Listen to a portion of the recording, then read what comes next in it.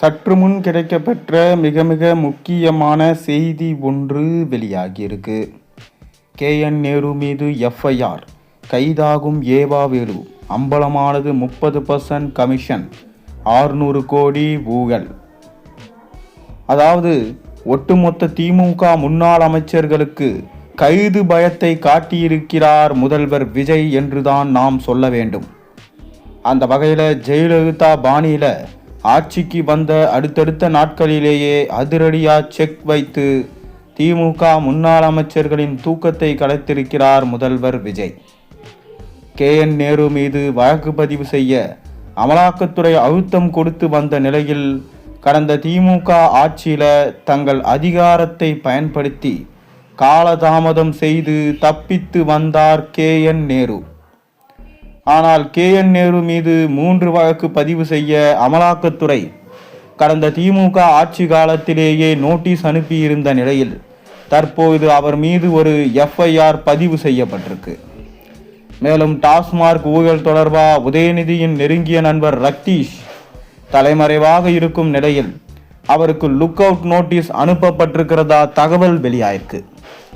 அதனால உலகில் எந்த விமான நிலையத்திலும் அவர் கைது செய்யப்பட்டு தமிழகம் அழைத்து வருவதற்கான ஏற்பாடுகள் நடந்து வருவதா தகவல்கள் வெளியாகியிருக்கு.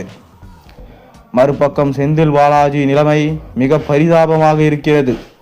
தவேக அரசு கொடுத்து வரும் அடுத்தடுத்த நெருக்கடியின் காரணமா போலீஸ் ஸ்டேஷன், நீதிமன்றம் என்று அழைந்து கொண்டிருக்கிறார். இதில் செந்தில் பாலாஜி விரைவில் கைது செய்யப்படலாம் என்று தகவல்கள் வெளியாகியிருக்கு.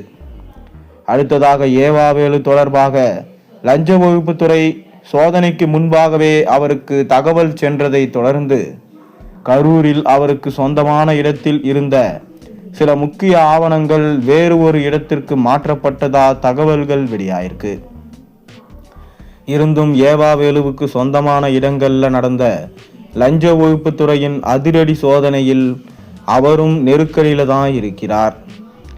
இந்த நிலையில் கடந்த திமுக ஆட்சியில நெடுஞ்சாலைத்துறை அமைச்சராக இருந்த ஏவாவேலு துறையில மட்டும் 30% கமிஷன் கான்ட்ராக்டர் இடம்பெற்றிருக்கிறார்.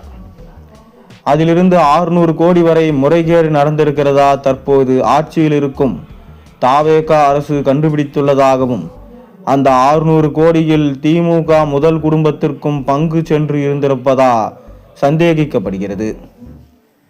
இப்படி ஒரு நெருக்கடியான சூழலில் திமுக சிக்கி தவிக்க தங்களை காப்பாற்றிக் கொள்ள தவேகவில் தங்கள் வாரிசுகளை அனுப்பி தஞ்சம் அடைந்து கொண்டிருக்கிறார்கள் திமுகவின் மூத்த தலைவர்கள். அந்த வகையில திமுக MP ஜெகத் ரட்சகன் மகன் தவேகவில் இணைஞ்சிருக்கிறார். இது முழுக்க முழுக்க ஜெகத் ரட்சகன் தன்னுடைய சொத்துக்களை பார்த்துக்கத்தான் அவருடைய மகனை தவேகவுக்கு அனுப்பி வைத்ததாகவும் அவரை தொடர்ந்து ஏவாவேலுவின் மகன் கம்பனும் தவேக பக்கம் சாய்வதற்கான பேச்சுவார்த்தை நடைபெற்று வருவதாகவும் விரைவில் அவர் தவேகவில் இணைய வாய்ப்பிருப்பதா தகவல்கள் வெளியாயிருக்கு.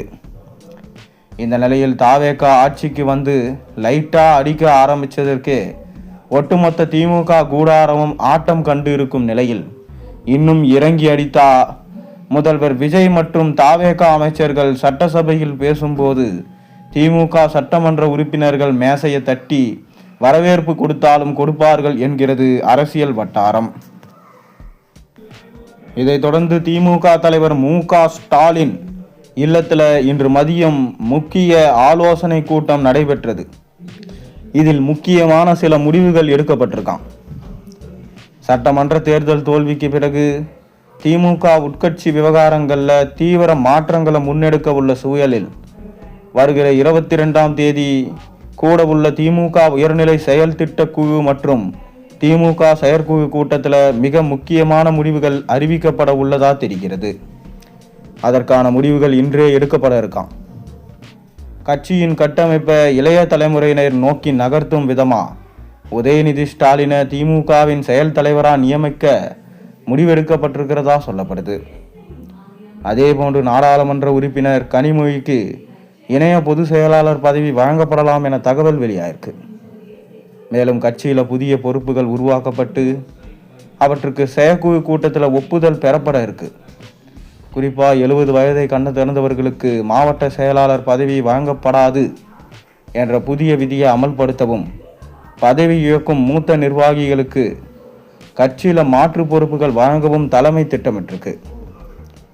சென்னையில் திமுக சந்தித்த வரலாறு காணாத பின்னடைவுக்கான காரணங்களை ஆராய மு.க.ஸ்டாலின் உத்தரவின் பேரில் அமைக்கப்பட்ட 36 பேர் கொண்ட ஆய்வுக்குழு கடந்த ஒரு மாதமா தீவிர கள ஆய்வு மேற்கொண்டு இறுதி அறிவிக்கைகளை தலைமையிடம் சமர்ப்பித்திருக்கு.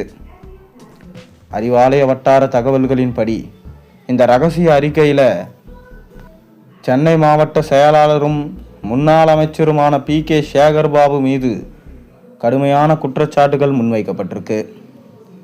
சென்னையில் திமுகவின் வாக்கு வங்கி சரிந்ததற்கு நிர்வாக குளறுபடிகள், கோஷ்டி மோதல்கள் மற்றும் களப்பணியாளர்களின் அதிருப்தியே பிரதான காரணம் என ஆய்வுக்குழு சுட்டி காட்டியிருக்கு.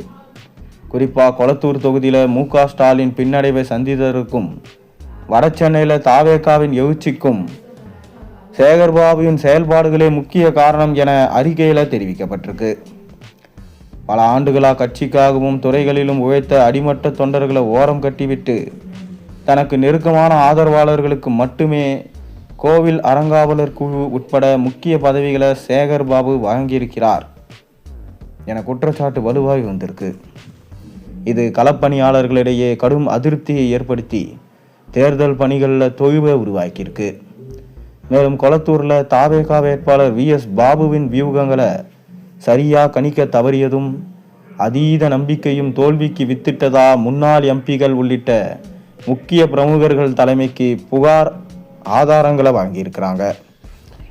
இவ்வளவு கடுமையான புகார்கள் இருந்த போதிலும் சேகர்பாபு மீது உடனடி ஒழுங்கு நடவடிக்கை எடுக்க ஸ்டாலின் தயங்குவதா தகவல்கள் தெரிவிக்கின்றன.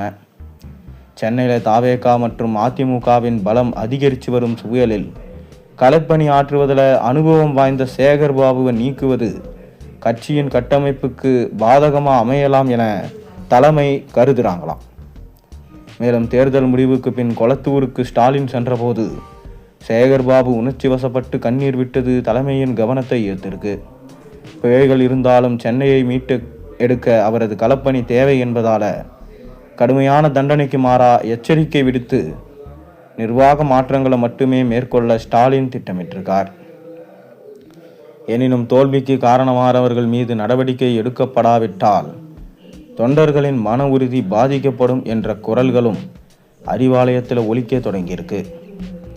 உட்கட்சி ஒற்றுமையை குலைக்காமல் தொண்டர்களின் நம்பிக்கையை மீட்டெடுக்க மு.க.ஸ்டாலின் எடுக்கவுள்ள இந்த நிர்வாக மாற்றங்கள் அரசியல் களத்தில் திமுகவை எவ்வாறு மறுசீரமைக்கும் என்பதை வரும் மாதங்கள் தான் தீர்மானிக்கும் என்று நம்ம சொல்லலாம்.